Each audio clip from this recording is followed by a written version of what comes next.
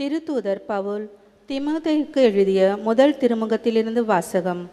அன்பிற்குரியவர்களே, அனைவருக்காகவும் மன்றாடுங்கள், இறைவனிடம் வேண்டுங்கள், பரிந்து பேசுங்கள், நன்றி செலுத்துங்கள். முதலில் நான் உங்களுக்கு தரும் அறிவுரை இதுவே: இறை பற்றும் கண்ணியமும் நிறைந்தவர்களாய் தொல்லையின்றி அமைதியோடு வாழ அரசர்களுக்காகவும் உயர் நிலையிலுள்ள எல்லா மனிதர்களுக்காகவும் மன்றாடுங்கள். இதுவே நம் மீட்பராகிய கடவுளின் முன் சிறந்ததும் ஏற்புடையதும் ஆகும். எல்லா மனிதரும் மீட்பு பெறவும் உண்மையை அறிந்துணரவும் வேண்டுமென அவர் விரும்புகிறார்.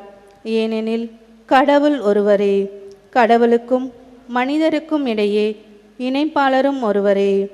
அவரே இயேசு கிறிஸ்து என்னும் மனிதர். அனைவரின் மீட்புக்காக அவர் தம்மையே ஈடாக தந்தார். குறித்த காலத்தில் சான்று பகர்ந்தார். இதற்காகவே நான் நற்செய்தியை அறிவிப்பவனாகவும் திருத்தூதனாகவும் விசுவாசத்தையும் உண்மையையும் பிற இனத்தாருக்கு கற்பிக்கும் போதகனாகவும் ஏற்படுத்தப்பட்டேன். நான் சொல்வது உண்மையே, பொய் அல்ல. எனவே ஆண்கள் சினமும் சொற்பூசலும் இன்றி எவ்விடத்திலும் தூய உள்ளத்தோடு கைகளை உயர்த்தி இறைவேண்டல் செய்யுமாறு விரும்புகின்றேன். ஆண்டவரின் அருள்வாக்கு. இறைவனுக்கு நன்றி.